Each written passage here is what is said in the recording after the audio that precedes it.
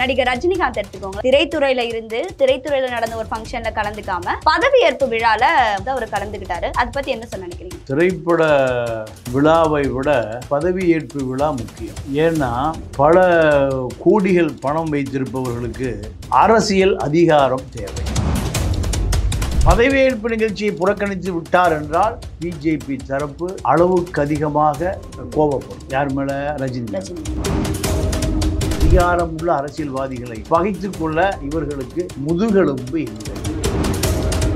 வைத்துக் கொள்ளாது இருப்பதற்கு என்ன காரணம்னா, பல கோடிக்கணக்கான ரூபாய் முதலீடு உலகம் முழுக்க பரவிக்கிறது. இந்த முதலீடுகளுக்கு எந்தவித பங்கம் வந்துவிடக் கூடாது என்பதற்காக மத்தியில யார் ஆட்சிக்கு வந்தாலும் அதிகாரத்துக்கு வந்தாலும் அவர்களுடைய கால்களில் விழுவதை தவிர இவர்களுக்கு வேறு வழி. ஆட்சியில் இருக்கும்போது தான் எதுக்கணும். பிரகாஷ் ராஜ் எப்படி எதுக்குறாரு? ஆட்சியில் இருக்கும்போது எதுக்குறாரு. அவர் மேல ரைடு, சிபிஐ பல தொந்தரவு பண்ணாங்க. அதெல்லாம் அவர் ஊதி தள்ளிட்டார். இவர்களுக்கு அரசியலே தெரியாது, அரசியல் சொல்லிக் கொடுக்கவே இல்லை. அதனாலதான் ரஜினி எல்லாம் ஒரு பெரிய தலைவனா பார்க்கப்படுறாரு. ரஜினி, கமலஹாசன் சினிமா தான் அரசியல் நினைக்கிறேன். 40 MP நம்ம MP இருக்காங்க. கொள்ளை அடிக்கக்கூடிய ஆட்கள் எல்லாம் கொள்ளைக்காரர்கள். தமிழனுக்கு ஏதாவது ஒரு உரிமையை வாங்கி கொடுத்ததாக ஒரு நாடாளுமன்ற உறுப்பினர் சொல்லுங்க. 5 வருஷ காலம் ஈவு இறக்கமே இல்லாமல் இதயமே இல்லாத பூரா நாடாளுமன்ற உறுப்பினர்.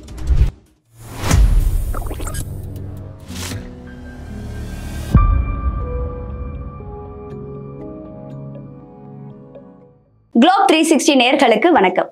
இன்னைக்கு நம்ம நிகழ்ச்சியில அரசியல் விமர்சகர் திரு தமிழா பாண்டியன் அவர்கள் இணைஞ்சிருக்காரு. வணக்கம் சார், எப்படி இருக்கீங்க? நல்லா இருக்கேன் சார். ஆக்சுவலி ஜூன் 4 வந்து வாக்கு எண்ணிக்கைலாம் முடிஞ்சு பதவியேற்பு விழாலாம் நடந்து முடிஞ்சிருச்சு. ஆல்மோஸ்ட் எல்லாமே 2024 நாடாளுமன்ற தேர்தல் ஓவர். ஆனா பாத்தீங்கன்னா அதுலயுமே நிறைய குளறுபடிகள் அந்த பதவியேற்பு விழால நடந்தது சார். நடிகர் ரஜினிகாந்த் எடுத்துக்கோங்களேன். அவர் வந்து audio launch, Indian two audio லான்ச்சுக்கு போகாம மறுத்துட்டாரு. அதுக்கு ஒரு சில ரீசன்ஸும் சொன்னாரு. பட் அதுல கலந்துக்காம, ஒரு திரைத்துறையில இருந்து திரைத்துறையில நடந்த ஒரு ஃபங்க்ஷன்ல கலந்துக்காம பதவியேற்பு விழால முன்னாடியே, அதாவது ஃபங்க்ஷன் நடக்கிறதுக்கு ரொம்ப நேரத்துக்கு முன்னாடியே போயிட்டு அங்க வந்த பாலிவுட் ஸ்டார்ஸா இருக்கட்டும், மற்ற பிரபலங்கள் கூட எல்லாம் வந்து அவர் கலந்துக்கிட்டாரு. அதை பத்தி என்ன சொல்ல நினைக்கிறீங்க? இல்லை, இப்போ திரைப்பட விழாவை விட பதவியேற்பு விழா முக்கியம். ஏன்னா பல கோடிகள் பணம் வைத்திருப்பவர்களுக்கு அரசியல் அதிகாரம் தேவை. ஓகே. சினிமா நிகழ்ச்சியில் கலந்து கொண்டாலும் கலந்து கொள்ளவில்லை என்றாலும் ஒரு பெரிய பாதிப்பு இல்லை. ஆனால் பதவியேற்பு நிகழ்ச்சியை புறக்கணித்து விட்டார் என்றால் பிஜேபி தரப்பு அளவுக்கு அதிகமாக கோபப்படும். யார் மேல? ரஜினி மேல. எங்களுடைய பதவியேற்பு விழாவை புறக்கணிக்கிற அளவுக்கு உங்களுக்கு தலைக்கணம் வந்து விட்டதா? இந்த செய்திக்கு பயந்துதான் ரஜினி முதல் நாளே போய் உட்காந்துட்டார். என்ன காரணம்னா, அரசியல்வாதிகளை, அதுவும் அதிகாரம் உள்ள அரசியல்வாதிகளை பகைத்து கொள்ள இவர்களுக்கு முதுகெலும்பு இல்லை. நீங்க பிரகாஷ் ராஜ் இருக்காரு, உரிமையில பேசுறாரு. தியானம் செய்யக்கூடிய இவர் 180 கேமராக்களை வைத்துக்கொண்டு எப்படி தியானம் செய்யறார்? அவருடைய கேள்வி நியாயமான கேள்வி. அப்போ அவரு இந்த ஆளுமை ரஜினிக்கு இல்லை. ஏன் ரஜினிக்கு இல்லைன்னா, ரஜினியை பொறுத்தவரை ரஜினி எப்போதுமே ஒரு அதிகாரத்தை பகைத்து கொள்ள விரும்ப மாட்டார். அதிகாரத்தை ஒட்டியே வாழ்ந்து பழக்கமாகி போச்சு இவர்களுக்கு. இங்க ஸ்டாலின், அங்க மோடி, 2 பக்கம் அதிகாரத்தை இந்த நடிகர்கள், முதுகெலும்பில்லாத நடிகர்கள், அரசியல்வாதிகளை பகைத்து கொள்ளாது இருப்பதற்கு என்ன காரணம்னா, பல கோடிக்கணக்கான ரூபாய் முதலீடு உலகம் முழுக்க பரவி கிடக்கு. இந்த முதலீடுகளுக்கு எந்தவித பங்கம் வந்துவிடக்கூடாது என்பதற்காக மத்தியில யார் ஆட்சிக்கு வந்தாலும் சரி, அதிகாரத்துக்கு வந்தாலும் சரி, அவர்களுடைய கால்களில் விழுவதை தவிர இவர்களுக்கு வேறு வழி இல்லை. சார் ரஜினி சாரை பொறுத்த வரைக்கும் நீங்க சொன்னீங்க அதாவது அதிகாரிகளை அவர் பகச்சிக்க மாட்டார் அப்படின்னு. ஆனா பாபா படம் வந்து அந்த 1994 95 அந்த டைம்ல அவர் வந்து அரசியலுக்கு வர போறாருன்னு பீக்ல டாக் இருந்த போது ஜெயலலிதா ஒரு டைரக்டா தானே பகச்சிக்கிட்டாரு முன்னாள் முதலமைச்சர் அவர்களை. ஸோ அப்படி அந்த டைம்ல அவர் அந்த ஃபேஸ் பண்ண ப்ராப்ளம்னால இப்போ தொடர்ந்து அதிகாரிகளை பகச்சிக்க கூடாது அப்படின்னு நினைக்கிறாரோ? இல்லை, அப்போ ஆண்டவனே மீண்டும் வந்தாலும் தமிழ்நாட்டை காப்பாற்ற முடியாதுங்கிறாரு ஜெயலலிதாவை. அப்போ கருணாநிதி முதலமைச்சர், ஜெயலலிதா மீண்டும் வந்துருவாங்க. அப்போ வந்த பிறகு சரண்டர் ஆயிட்டார். ஓ, இது வந்து அவங்க ஆட்சியில இல்லாதப்ப வந்த பிறகு தூது விட்டு சரண்டர் ஆயிட்டார். ஆட்சியில் இருக்கும்போது தான் எதுக்கணும். இப்போ பிரகாஷ்ராஜ் எப்படி எதுக்குறாரு? ஆட்சியில் இருக்கும்போது எதுக்குறாரு. எந்த அவர் மேலே ரைடு சிபிஐ பல தொந்தரவு பண்ணாங்க, அதெல்லாம் அவர் ஊதி தள்ளிட்டார். இப்படிலாம் ஒரு நிகழ்ச்சி ரஜினிக்கு வந்துருதுன்னா ரஜினி நிபந்தனையற்ற மன்னிப்பு கேட்குறேன்ருவார். நீங்கள் இன்கம் டேக்ஸ் ஆஃபீஸில் உட்காந்துருந்தார ஏன் ஊழலை பண்ணிவிட்டு கள்ளப்பணத்தை நல்ல பணம் ஆக்கிட்டு நல்ல பணத்தை கள்ளப்பணம் ஆக்கிட்டு அவர் மனைவி நேராக இன்கம் டேக்ஸ் கமிஷன் ஆஃபீஸுக்கு போங்கன்ட்டாங்க. இப்போ உட்காந்துருந்தார கமிஷனரை அங்கே இருக்கிற உதவி ஆணையாளர்கள்லாம் நீங்கள் கொஞ்சம் லேட்டாக வாங்க, நாங்கள் இவர் கூட கொஞ்சம் சினிமா பேசுகிறோம். எல்லாம் உட்காந்து சினிமா பேசி போட்டோ எடுத்து அப்போ இவரை ஒரு கோமாளியை போல் அங்கே இருக்க இன்கம் டேக்ஸ் அதிகாரிகள் பயன்படுத்தினான். பாடச் சொல்லி ஆடச் சொல்லி எங்க ரஜினியை வேணா இல்லை சார், அவர் ஒரு டாப் ஹீரோவாக இருக்கார்ல. டாப் ஹீரோ எதுக்கு அங்கே போகிறாரு? அக்யூஸ்டா ஏன் அங்கே போகிறாருமா? இன்கம் டேக்ஸ் அலுவலகத்தில் ஏன் போய் காத்திருக்கார் கமிஷனருக்காக? 10:30 மணிக்கு போய் கரெக்டாக பியூன் கூட 10:30 மணிக்கு போக மாட்டான். போய் ஆஜராயிட்டு 3 மணி வரைக்கும் அங்கே இருந்தார். ஏன்? பயம். அப்போ இதுதான் ரஜினின்னா என்ன, ஒரு 4 காலு 7 தலையாக இருக்குது, ஒன்றும் இல்லை. சாதாரண ஒரு சினிமா கூத்தாடி, கலை கூத்தாடி தான். அப்போ இங்கே எவனுக்கு அரசியலே தெரியுதுனால இந்த கலை கூத்தாடிகளை பெரிய பிரமிப்பாக பார்க்குறான். இவனுக்கு அரசியல் போயிருந்துன்னா இவர்கள்லாம் ஒரு தெரு கூத்தாடி தான். நீங்கள் ஊட்டியில் ஷூட்டிங் நடக்கும், எவனும் திரும்பியே பார்க்க மாட்டான். ஏன்? டெய்லி ஷூட்டிங் நடந்துகிட்டே இருக்கும். ஊட்டி கொடைக்கானல் இங்கே ஷூட்டிங் நடந்தால் அப்படியே வெளில நயன்தாரா ஒரு ஜவுளி கடைக்கு ரிப்பன் கட்ட பண்ண விடுனா 1 லட்சம் பேர் கூடுறான். வேலை வெட்டியெல்லாம் விட்டாங்க. அப்போ ஒரு கிளாமர்.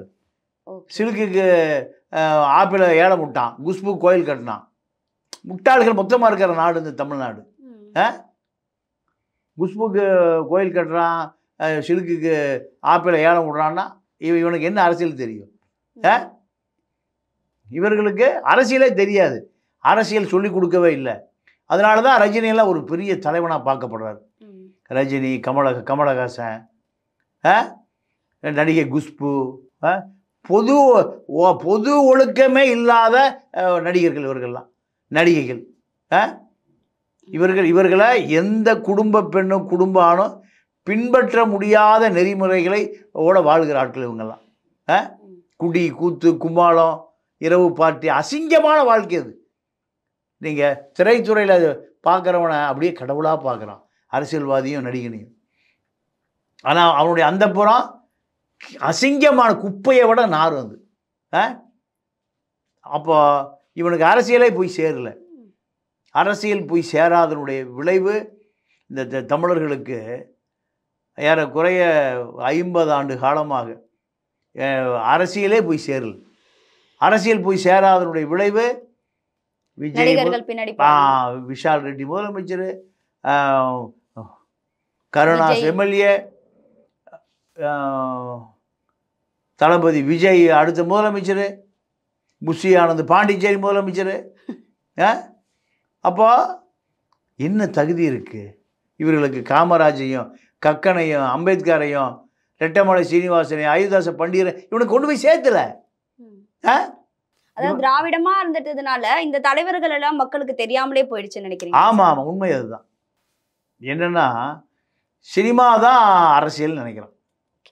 சினிமால தான் நம்ம தலைவர்கள் சினிமா தானே கண்டுபிடிச்சு தேடுறான், ஸ்கிரீன்ல தானே தேடுறான். அப்போ இவனுக்கு நீங்கள் அதாவது கவர்ச்சி அரசியலை அதாவது சொந்த வாழ்க்கையில் நடிக்கிறவனை, திரைத்துறையில உண்மைக்கு மாறான இயற்கைக்கு மாறான வாழ்க்கை வாழ்கிறவனை இவன் கடவுளாக நினைக்கிறான். ஏன்னா உண்மையாக வாழ்ந்ததை பற்றி உனக்கு தெரியல. அதனுடைய விளைவு அடுத்த தலைமுறை என்ன நினைக்கிறான்னா, ரஜினி பெரிய பிம்பங்கிறான். ஒன்றுமே இல்லை. வாங்குகிற சம்பளத்தில் பாதி கள்ள பணம், பாதி நல்ல பணம். ஏழை எளியவனுக்கு எந்த உதவி செய்யாத, மருத்துவ உதவி, கல்வி உதவி, அந்த நினச்சா ஒரு பல்கலைக்கழகம் கட்டியிருக்கலாம், இந்த பக்கம் ஒரு மெடிக்கல் யூனிவர்சிட்டியே கட்டியிருக்கலாம். அப்படி ஏதாவது இருக்கா? கார் டிரைவருக்கு, தோட்டக்காரனுக்கு நல்ல சம்பளம் இல்லை. அவர் வச்சிருக்கிற அந்த கேளம்பாக்கம் பண்ணை வீட்டில் நீங்கள் உலகத்திலேயே இல்லாத கொடுமை என்னென்னா, ஒரு வருஷம் வெளியே வரக்கூடாது. உள்ள போயிட்டா ஒரு வருஷம் வெளியே வரக்கூடாது. அவங்களுக்கு குடும்பம் குட்டி அதெல்லாம் இருக்கும், யாரையும் பார்க்கக்கூடாது. எல்லாம் அங்கே தான், எல்லாம் உள்ளதான். ஏன்னா ரகசியங்கள் வெளியே போயிடும். கேளம்பாக்க ரகசியங்கள் வெளியே போயிடும். இரவு பார்ட்டி வெளியே போயிடும். குடி கூத்து கும்மாளம் வெளியே போயிடும். அவனுக்கு ஃபோனே கிடையாது. குடும்பத்தோடு உள்ளதாக இருக்கணும். தோட்டக்காரன், டிரைவரு, சமயக்காரர்கள், இந்த கேளம்பாக்க ரஜினியுடைய பண்ணை வீட்டில் உள்ளதான் எல்லாம். ஒரு வருடம் அவன் சாவு வாவு ஊத்து நல்லது கெட்டது எதுக்கும் கிடையாது, ஃபோனும் கிடையாது. ஒரு வருஷம் கழிச்சு வெளில வந்தா திருப்பி அவங்க இதெல்லாம் நடந்தது சொல்ல மாட்டாங்கன்னு நினைக்கிறாங்களா? அப்படி நினைக்கிறாங்க. அவன் ஒரு வருஷம் வந்தவரை ஒரு 10 நாள் இருந்துட்டு மறுபடியும் உள்ள வந்துடணும். ஏன் நல்ல சம்பளம் கிடைக்குது இல்லை, நல்ல சம்பளம், பங்களா, வீடு, அதனால அந்த சொகுசு வாழ்க்கைக்காக இருந்துடுறாங்க. வேற இங்க அடிப்படை விஷயங்கள் தானே. சரி, இப்போ ரஜினி சாரை பொறுத்த வரைக்கும் அந்த பதவியேற்பு விழாக்கு அவர் கிளம்பினார் இல்லையா, அப்போ வந்துட்டு அவர்கிட்ட பத்திரிகையாளர்களா கேட்கும் போது அந்த டைம்ல காங்கிரஸ், அதாவது எதிர்கட்சியை பத்தி ரொம்ப புகழ்ந்து பேசினாரு. ரொம்ப வலுவான எதிர்கட்சி வந்து இந்த வாட்டி தேர்தல் அமைஞ்சிருக்கு அப்படின்ட்டு. ஸோ 2 பக்கமும் அவர் அந்த சேஃபர் சைடை அவர் அந்த காப்பாத்திக்கிறாரு. அது இல்லாம முன்னாடி ஒரு வாட்டி அந்த ராமர் கோயிலோட அந்த ஃபங்க்ஷனுக்கு போனப்போ கூட அவர் சங்கி, தொடர்ந்து சங்கின்ட்டு அவர் வந்து சொல்லிட்டு இருந்தாங்க. ஸோ அப்போ அவங்க மகள் கூட எங்க அப்பா சங்கி கிடையாது அப்படின்ட்டு ஐஸ்வர்யா ஒரு மேடையில குறிப்பிட்டிருந்தாங்க. ஸோ இதெல்லாம் இருக்கும் போது மறுபடியும் அங்கே போறது அவர் அங்கே சங்கின்றதை மென்ஷன் பண்ணுதில்ல. ஏன்னா அந்த பதவியேற்பு விழாவில் பார்த்தீங்கன்னா ஷாருக் கான், அக்ஷய்குமார், அதானி, அம்பானி இவங்க ஃபேமிலிஸ்லாம் நிறைய இருந்தாங்க. அங்கே பாமர மக்கள் ரொம்ப கம்மியாக இருந்தாங்க அந்த விழாவில். அதை பற்றி என்ன நினைக்கிறீங்க? இல்லை, பாமர மக்களுக்கு அங்கே என்ன வேலை? அம்பானி வருகிற இடத்துல, அதானி வருகிற இடத்துல, ரஜினி வருகிற இடத்துல தோட்டக்காரன் அங்கே இருப்பான், இல்லைன்னா உணவு பரிமாறுவோம் இருப்பான். இவர்களை தவிர பாமர மக்கள் தானே ஓட்டு போட்டு அவரை பிரதமர் ஆக்கி இருக்கோம். பாமர மக்கள் ஓட்டு போடுவதோடு வேலை முடிந்து விட்டது. பாமர மக்கள் நீங்கள் அங்கே ஏறக்குறைய ஒரு 10,000 அப்பாவி மக்கள் கலந்துருக்கணும். டெல்லியில் தெருவில் படுத்து கிடக்கிற ரிக்ஷா வாழாக்கள், சொப்படா வாழாக்கள் 1,00,000 பேர் கலந்துருக்கணும். இல்லை, வாய்ப்பே கொடுக்க மாட்டாங்க. ஒரு பாதுகாப்பு கருதி குடியரசுத் தலைவர் இருக்காங்க, இல்ல மற்ற அமைச்சர்களா இருக்காங்க, மேபி பாதுகாப்பு கருதி அப்படி இருந்திருக்கலாம்ல சார். அமெரிக்க ஜனாதிபதியே பிரிட்டிஷ் ஜனாதிபதியே பப்ளிக் அலோவ் பண்றாரு. அதை விடவா இவங்களுக்கு பாதுகாப்பு? கரெக்ட். அமெரிக்க ஜனாதிபதி பதவியேற்கும் போது பொதுமக்களுக்கு திறந்து விடுறாங்களே. ஐரோப்பா நாடுகள் பூரா அதான சட்டம். பொதுமக்கள் பார்க்கணும். அதுதான். இவன் இப்போ வருவார்கள், வராமல் இருப்பான். யார்? கார்ப்பரேட் முதலாளிகள். ஏழை எளியவனுடைய அதிகாரம்தான் கோட்டையில் குடி கட்டி பறக்கணும் அப்படின்னு அவன் அதுதான் ஓட்டு போடுறான். அவன் ஜனாதிபதிக்கும் ஒரு ஓட்டு, பிரதமருக்கும் ஒரு ஓட்டு, மூட்டை தூக்குறவன், வண்டி இழுக்கிறவனுக்கும், ஆட்டோ ஓட்டுறவனுக்கும் ஒரே ஓட்டு தான். அதுதான் இந்த ஜனநாயகம் வழங்கியிருக்கு. ஆனால் இந்தியாவை பொறுத்த வரைக்கும் 90% மக்களிடம் 10% சொத்துக்கள் தான் இருக்குது. 10% மக்கள் உயர் மேட்டுக்குடி மக்கள்கிட்ட 90% சொத்து இருக்கு. இதுதான் இந்தியா. இந்தியா என்பது கடுமையான ஜனநாயக நாடுன்னு சொல்கிறோம். இப்போ ஐரோப்பா யூனியனு ஏய மணிப்பூரில் இத்தனை பெண்கள் நிர்வாணப்படுத்தி ஊர்வலம் கூட்டிகிட்டு போனேன்னு கேட்குறான். பதிலே சொல்ல முடியல, வெக்கி தலை குனிஞ்சு நிற்கிது. ஐரோப்பா யூனியன் கேட்குறான். உலகத்தில் இப்படி நான் கேள்விப்பட்டதே இல்லை. இந்தியா ஒரு படித்த கூகுள் சுந்தர் பிச்சையெல்லாம் வந்திருக்காரு. சுந்தர் பிச்சையை தந்த நாடு இந்தியா. பெண்களை நிர்வாணப்படுத்தி பல ஆயிரம் இளைஞர்கள் மத்தியில் ஊர்வலம் கூட்டிகிட்டு போகிறேன்னா அது நாடா? அவன் கேட்குறான். ஐரோப்பா யூனியன் கேட்குறான். அத்தனை பேர் கைது போட்டு கேட்குறான். இது விளக்கம் சொல்லியான்னு கேட்குறான். ஆனா நம்ம கிட்ட பதில் இல்ல. நம்ம தானே செய்யவே சொல்றோம். ஓ. 6000 துப்பாக்கிகள் கொள்ளையடிக்கப்பட்டிருக்குன்னு சொல்றாங்க. 6000 துப்பாக்கிகளை பாதுகாக்க முடியாதவனுக்கு எதுக்கு போலீஸ் ட்ரைனிங்கு? அவனே எடுத்து கொடுத்துட்றான். அவனை எடுத்து கொடுத்துட்றாரு. உள்துறை அமைச்சகத்திலேருந்து துப்பாக்கி எடுத்தா தொந்தரவு பண்ணிடாத. 2002 குஜராத் என்ன நடந்தது? குஜராத் கலவரத்தை மறக்கவே முடியாது. அப்புறம் அந்த ரயில் எரிப்பு, கோத்ரா ரயில் எரிப்புக்கு பிறகு ஒட்டுமொத்தமாக இருக்கக்கூடிய ரவுடிகளை பூரா களமிறக்கி காவல்துறை வேடிக்கை பார்த்ததாக சஞ்சீவ் பெட் எஸ்பி இன்னும் சொல்லிட்டு இருக்காரு. பாண்டியன் எஸ்பி எல்லாம் தமிழ்நாட்டை சேர்ந்தவன் ஜெயிலில் கிடக்கிறாங்களே. பெரும்பான்மையான இந்துக்கள் கோபப்படுறான், அதனால காவல்துறை கையை கட்டிட்டு வேலைக்கு வருன்னாங்களே. ஒரு நாடாளுமன்ற உறுப்பினர் வீட்டில் போய் எல்லாருமே பாதுகாப்புக்கு போகிறாங்க. அந்த வீடு அப்படியே கொளுத்தப்பட்டது. அந்த நாடாளுமன்ற உறுப்பினர் கொல்லப்பட்டார். இதெல்லாம் அரச பயங்கரவாதம். அரசே பயங்கரவாதத்தை செய்கிறது. இது அரச. மணிப்பூரில் அதே தான். 6000 துப்பாக்கிகளை எடுத்துகிட்டு போய் அந்த கலவரத்தை இது பண்ண 5000 பேர் வீடு வந்திருக்கிறான். 200 பேர் கற்பழிச்சு கதற கொல்லப்பட்டார்கள். 200 பெண்கள். புள்ளி வர மீதிலாம் கணக்கே இல்லை. இதெல்லாம் ஓரளவுக்கு தெரிஞ்சது, வெளியில வந்தது, வராம நிறைய நடந்திருக்கலாம். அப்போ இதெல்லாம் ஐரோப்பா யூனியன் கேட்குறான், ஏன் இப்படிலாம் நடக்குது, என்ன காரணம்? இதுதான் பிஜேபியுடைய கொள்கை, ஆர்எஸ்எஸ்னுடைய கொள்கை. அப்போ அதிகாரம் மட்டமே செய்ய சொல்லுகிற பொழுது யார் தடுக்கிறது? யார் இதை விசாரிக்கிறது? இந்தியாவில் விசாரணை கமிஷன், பல்லில்லாத கமிஷன் விசாரித்து மக்களை அமைதிப்படுத்திட்டு ஒரு பரனில் குப்பையாக தூங்கும். எது? விசாரணை கமிஷன் அறிக்கை. ஜெயலலிதா எப்போ செத்தா, ஏன் செத்தா, எங்கே செத்தா, என்ன ஆச்சு? அப்போலோ ரெட்டியும் சசிகலாவையும் உச்சநீதிமன்றம் விசாரிக்கவே முடியலையே. ஆறுமுகசாமி கமிஷன் விசாரி போவே மாட்டேன்ட்டாங்களே. ஆறுமுகசாமி கமிஷனுக்கு அப்போலோ ரெட்டியும் சசிகலாவும் போகவே இல்லையே. ஏன் ஜனநாயகத்தில் உங்களுக்கு வரவழைக்கக்கூடிய அதிகாரம் இல்லையே ஜனநாயகத்துக்கு? அப்போ இது ஜனநாயகமா? போலித்தனமான ஜனநாயகம். சசிகலா என்ன ஒரு பெரிய ஐநா தலைவர் கோப்பை ஆனானா? யார் சசிகலா? சசிகலா ஜெயலலிதா விட்டு வேலைக்காரி இல்லை, ஐஏஎஸ்ஸா, ஐபிஎஸ்ஸா, நாடாளுமன்ற உறுப்பினரா? என்னையா சசிகலா பதவி? ஒன்றுமே இல்லை. சசிகலாவை குடிப்பு விசாரிக்க முடியாத இந்திய ஜனநாயகம் யாரை விசாரிக்கும்? ஒரு முதலமைச்சருடைய மரணம், முதலமைச்சருடைய மரணம், அந்த அறையே அட்மாஸ்பியரை மாறிடுச்சு. யார்? அப்போலோ ரெட்டி. ஜெயலலிதாவுடைய மரணத்துக்கு பின்னால் பல ரகசியங்கள் இருக்குது. இந்த ரகசியங்களுக்கு உடந்தையாக இருந்த காரணத்தினால அரசு நிலம் 1,00,000 ஸ்கொயர் மீட்டர் எங்கே அப்போலோ விட்டி புதுசாக ஜெயலலிதா மருத்துவமனைக்கு போய் வந்த பிறகு அரசு நிலம், அரசு காவல்துறைக்கு சொந்தமான நிலம் 1,00,000 ஸ்கொயர் ஃபீட்டு கட்டப்பட்டிருக்கு. அதோடைய ரகசியம் இது யார் விசாரிக்கிறது? ஒரு விசாரிச்சா இதெல்லாம் வெளியில வந்துருமோன்றதுக்காக விசாரணை செய்யாமலே இருக்காங்க. விசாரிச்சாலும் வராது, விசாரிக்கலும் வராது. அதோடதான் சார் அவங்க இறந்துட்டாங்க, அதோட முடிஞ்சு போச்சு. அப்போ ஒரு முதலமைச்சருடைய மரணமே இவ்வளவு மர்ம மரணமா இருக்குன்னா சாதாரண ஏழைவாளைகளுடைய மரணம். இந்த நாட்டில்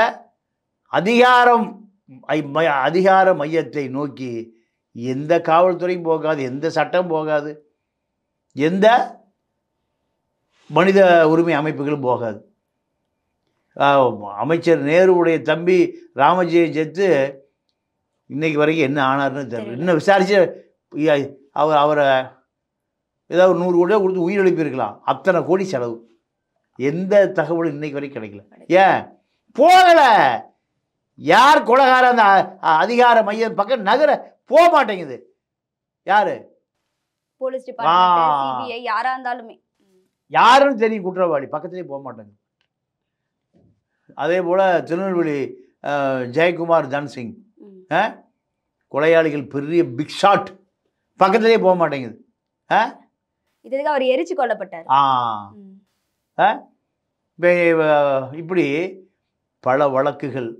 எப்படின்னா அதிகார மையம் அங்கே போகவே போகாது. அப்ப அந்த வழக்குகள்லாம் அவ்வளவுதான். அதுக்கப்புறம் அது தீர்ப்பும் வராது, நமக்கு எதிரும் பார்க்க எதுவுமே கிடைக்காது. நீங்க இந்த மாதிரி பேசிட்டே இருக்க வேண்டியதுதான். வேற வழி. உயிர் இருக்கிற வரை பேசிட்டே இருக்க வேண்டியதுதான். யாருக்கும் எந்த அவேர்னஸும் நடந்ததாக தெரியல. சரி, இப்போ நீங்க மறத்து போயிட்டான், மனிதன் மறத்து போயிட்டான்.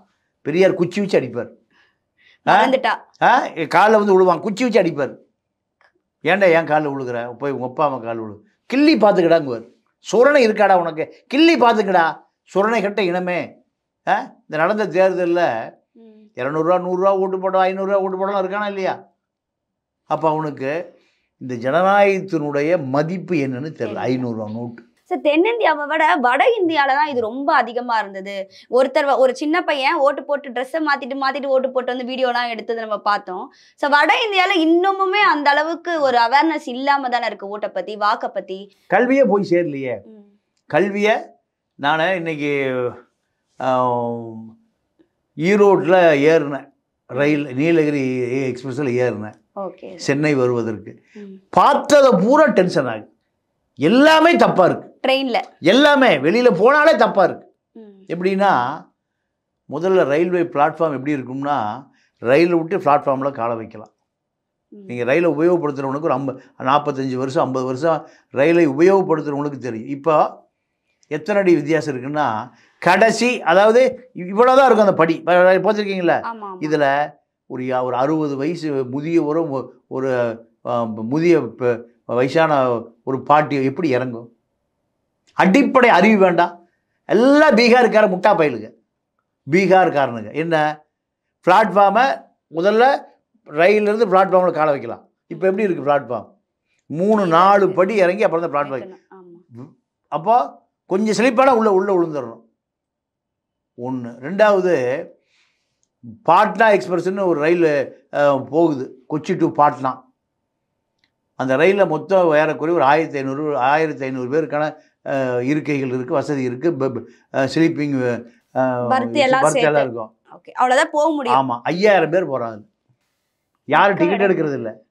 கொச்சி டு பாட்னா எல்லாம் இந்த பீகார்காரன் 5000 பேர் போகிறாமா? அப்போ பாத்ரூமுக்கு மற்ற வசதிலாம் எப்படி சார்? ஐயா, நீங்களே கற்பனை பண்ணிங்க. நேற்று என்ன நடந்ததுன்னா, நான் ஈரோடு ரயில்வே ஸ்டேஷனில் உட்காந்துருக்கேன். ஈரோடு ரயில்வே ஸ்டேஷன் ஒரே அடித்தடி சண்டை. ரயிலை நிறுத்திட்டான், அந்த பாட்னா எக்ஸ்பிரஸை. அது பின்னாடி வர்ற நீலகிரி எக்ஸ்பிரஸ்ஸு டைம் ஆகி போச்சு. காவிரி ஆற்று நீரை ஈரோடு வந்து ஒரு ஜங்ஷன் கடந்து போகிற எல்லா ரயிலுமே அந்த தண்ணியை நிரப்பிக்குவாங்க, தண்ணியை நிரப்பிடுவாங்க. அதுதான் அது அடுத்த நீர் நிரப்பும் ரயில் நிலையம் வரைக்கும் அந்த தண்ணி தான் தாங்கும். இந்த ரயில்வேல பாருங்க, 5 லட்சம் பேர் பீகாரி இருக்கான். எவ்வளோ பேர்? 5 லட்சம் பேர். 25 வருஷம் ரயில்வே மினிஸ்டர் பீகாரி. யார்? முதல்ல ராம்விலாஸ் பஸ்வான், அதுக்கு அடுத்த பிறகும் இங்கே நிதிஷ்குமார் இப்போ இருக்கார்ல, அதன் பிறகு லல்லு பிரசாத் யாதவ் 10 வருஷம். இப்படி 25 கால் நூற்றாண்டு காலம் ரயில்வே கேட்டு வாங்குவாங்க எல்லாருமே. எழுத படிக்க தெரியாத முறை நீங்கள் எங்கே ரயில்வே ஸ்டேஷன் போய் விசாரி, இப்போ பாருங்க, எல்லாம் பீகாரியாக தான் இருப்பான். எல்லாம் 40 எம்பி நம்ம எம்பி இருக்காங்க. கொள்ளை அடிக்கக்கூடிய ஆட்கள் எல்லாம் கொள்ளைக்காரர்கள். ஜெகத்ரட்சக நாடாளுமன்ற மக்களுக்கான பிரதிநிதியா டிஆர் பாலு, கனிமொழி, ராஜா, தயாநிதி மாறன் எல்லாம் 1 லட்சம் கோடி வச்சிருக்கிற பெரிய கார்ப்பரேட் முதலாளிகள். பொழுது போல கார்ப்பரேட் தரகு வேலைக்கு மக்கள் ஓட்டு போட்டு அனுப்புகிறான். அப்போ இதுதான் ரஜினியும் இதுதான் கதை, கமலஹாசன் கதை இதே தான், எல்லாருடைய சினிமாக்காரனுடைய கதையும் இதுதான். அவன் கடைசியாக என்னன்னா, ஈரோட்டில் தண்ணி ஃபுல் பண்ணவே இல்லை. தண்ணி ஃபுல் பாம். ஏன் டைம் ஆச்சுல்ல, இந்த பீகாரி முட்டாள் டிரைவர் என்ன பண்ணிட்டான், டைம் இல்லைட்டான். 1500 நேற்று நடந்தது. ஒரு விசாரணை கமிஷன் போட சொல்லுங்க. 1500 பேர் வரக்கூடிய அந்த ரயிலில் தண்ணியே இல்லை. நிறைய வயசான எல்லாம் நீங்கள் பாத்ரூமுக்கு தண்ணி இல்லை, எதுக்குமே தண்ணி இல்லை. கூட பார்த்துக்கலான்ட்டான். அப்போது இந்த நிர்வாகம் எவ்வளோ கேவலமாக இருக்குன்னு பாரு. இந்த பீகாரிகளை போட்டு நீங்கள் ஈரோட்டில் போய் சாப்பிட போகிறேன், முதல்ல ஹோட்டல் வந்து மலையாளி வச்சுருப்பான். ஏன்னா பாலக்காடு டிவிஷன் இருக்கிறதுனால பாலக்காட்டில் மலையாளி கொடுப்பான். இப்போ யார் உட்காந்துருக்கா? ஹிந்திக்கார உட்காந்துருக்கா. ஓகே. நான் நேற்று சப்பாத்தி சாப்பிட்டேன் ஈரோடு ரயில்வே ஸ்டேஷனில். அப்போ தமிழை டீ கடை நடத்துறதுக்கு லாய்க்கு இல்லையா? ஹோட்டல் நடத்துறதுக்கு எங்கேருந்து? பீகார்லேருந்து வந்து ஈரோட்டில் ஹோட்டல் நடத்துகிறாமா? அப்போ இவங்கிட்ட அதிகாரமே இல்லை. இவங்கிட்ட அதிகாரமே இல்லை. ஆர்பிஎஃப் பீகாரி, மெட்ராஸில் இருக்கிற எல்லா RPF Bihari, railway protection force எல்லாம் பீகாரி, டிடிஆர் பீகாரி. தமிழன் இருக்கான் எது யார்? ஸ்கேவெஞ்சர், க்ளீன் பண்ண டாய்லெட் கழுவுற பையன் தமிழனாக இருக்கான். 40 எம்பி நம்ம அனுப்பிட்டே இருக்கோம். 10 முறை 4000 எம்பி போயிருக்கான்.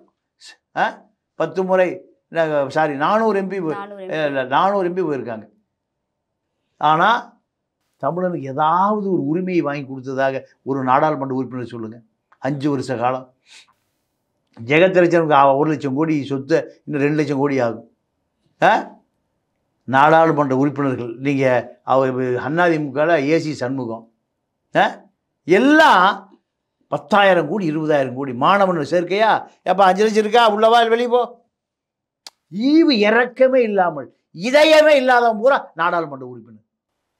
பண மூட்டைகள் டாட்டா, பிர்லா, அம்பானி மொத்தம் அவனுக்கே கொடுத்துடலாம். இவங்களாம் தேவையில்லை. அந்த பேர் இருக்கிற அவர்களுடைய ஏஜென்ட்டுகள் இவங்கெல்லாம். அது யாரா இருந்தாலும் காங்கிரஸா இருந்தாலும் எந்த கட்சியாக இருந்தால் எல்லா கட்சியும் அப்படி தான். அப்போது மக்களுக்கு அரசியல் தெரியாமல் மக்களை இப்படியே வச்சுருந்தா தான் இவனுக்கு ஓட்டு போடுவான்னு நினைக்கிறான். தந்தை பெரியார் தான் இப்போ தேவை. அரசியல் சொல்லிக் கொடுப்பதற்கு தந்தை பெரியார் தேவை. இந்த இளைஞன் சினிமா தேட்டரில் போய் நிற்கிறான். இப்போ விஜய் தலைவர்களை தேடுறாங்க. சினிமா தான் இவனுக்கு அறிவு சொல்லி கொடுக்குது. ஒரு பேர் வைக்கணும் குழந்தைக்கு, சினிமா பார்த்து பேர் வைக்கிறான். கல்யாணத்தையே தேட்டரில் பண்ணுறாங்க சார். அப்போ கல்ச்சரே கேரளாவில் யார் கல்யாணம் பண்ணாலும் முண்டு கட்டி தான் கல்யாணம் பண்ணுவான். அவங்களோட கலாச்சாரம். அப்போ அவன் யார்? சேர நாடு, அது கேரளா நாடாக போச்சு. இங்கே அந்த கல்ச்சரே அழிஞ்சு போய் வட இந்திய சர்வானியோட கல்யாணம் பண்ணுறான். வேட்டி சட்டை பட்டு புடவை தான் பெண்களுக்கு திருமண உடை. அதெல்லாம் போச்சு. இப்போ வட இந்திய கல்யாணம் மாதிரி நடக்குது. இதை பற்றி யாராவது கவலைப்படுவாங்களா? எடப்பாடியோ ஸ்டாலினா 1 லட்சம் கோடி 2 லட்சம் கோடி ஆக்குமா? 2 லட்சம் கோடி 4 லட்சம் கோடி ஆக்கலாமா? மக்கள் நம்ம கிட்ட இருக்குமா? யோசிக்க ஆரம்பிச்சிட்டாங்க. மக்கள் தலைவன் வேலுமணி ஒரு மக்கள் தலைவன், ஹெல்த் விஜயபாஸ்கர் எப்படா கொள்ளை அடிக்க முடியும்? கொள்ளை சம்பல் பள்ளத்தாக்கு கொள்ளைக்காரர்கள் அத்தனை பேரும். இவர்கள் தான் எம்பி, எம்எல்ஏ, கட்சி தலைவன், துணை முதலமைச்சர், முதலமைச்சர். அப்போது இந்த மக்களை யார் காப்பாற்றுவது? மக்களை பற்றி சிந்திப்பதற்கு பெரியாரையும் காமராஜரையும் தான் நம்ம பார்த்து வேதனைப்படுவதை தவிர வேறு வழி இல்லை. அரசியலை பொறுத்த வரைக்கும் இன்னுமே மக்களுக்கு விழிப்புணர்வு தேவை அப்படின்னு சொன்னீங்க. அந்த விழிப்புணர்வை படுத்துறதுக்கு தான் நம்ம சேனல்ல உங்களை மாதிரியான ஆட்களை கூப்பிட்டு நிறைய விஷயங்களை நாங்கள் கேட்டு தெரிஞ்சுக்கிறோம். இன்னைக்கு நிகழ்ச்சியில கலந்துட்டு மக்களுக்கு தேவையான நிறைய கருத்துக்களை பகிர்ந்துக்கிட்டீங்க. நன்றி சார். நன்றி, வணக்கம்.